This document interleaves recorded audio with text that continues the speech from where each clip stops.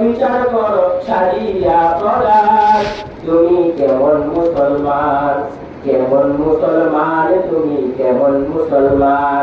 হায় হায় লজ্জার বিষয়, তুমি নিজে এক মুসলমান। তুমি যার কাছ থেকে সুদ খাইতেছ, যার কাছ থেকে ঘুষ খাইতেছ, সেও একজন মুসলমান, সেও 5 ওয়াক্ত নামাজ পড়ে, তুমিও 5 ওয়াক্ত নামাজ পড়ো। কিন্তু সুদ খাওয়ার কারণে, ঘুষ খাওয়ার কারণে যে তোমার আমলনামার মধ্যে এত বড় বড় গুনাহ হইতেছে। হায় আফসোস, তুমি মুসলমান হওয়ার পরে তোমার মাথার মধ্যে এই বিষয়গুলো ঢোকাচ্ছ না। হায় আফসোস, কবরে গেলে তোমার কি হতে পারে তুমি এগুলো চিন্তা করতেছ না। তুমি চিন্তা করতেছ সুখে থাকবো, সংসার সুখে থাকবে, স্ত্রী সুখে থাকবে, খুশি থাকবে, ছেলেরা সুখে থাকবে।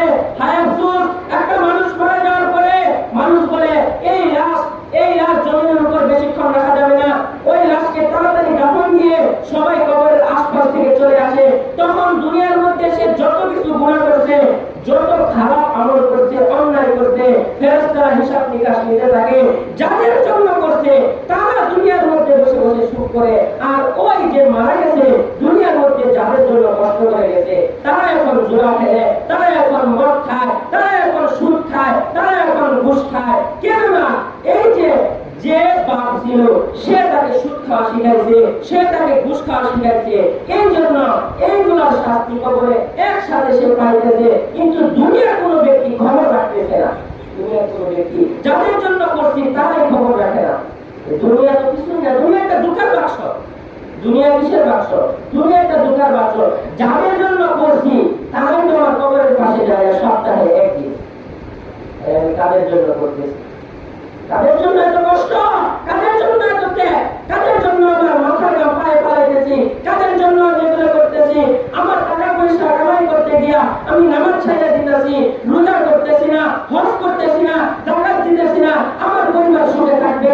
আল্লাহর হুকুম মানতেছি না, আল্লাহর নিষেধগুলো ছাড়তেছি না, নবীর হাদিস মানতেছি না, মানুষের সাথে ঝগড়া করতেছি, মানুষ বিপদে ফেলে সুদে টাকা লাগায়া আমি মানুষের সাথে অসৎ ব্যবহার করতেছি।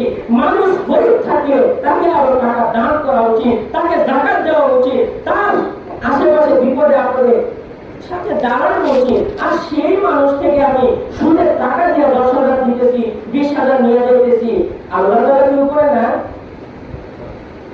আল্লাহ আপনাকেও যেভাবে বানাইছে আল্লাহ আমাকেও বানাইছে। আমি যেমন মুসলমান, আপনিও যেমন মুসলমান। মুসলমান ভাই, মুসলমানের ভাই। আপনি আপন ভাইকে টাকা দিয়া তারপর আপনি সুদে টাকা খাইতে পারবেন? আপনার পরিবারের মধ্যে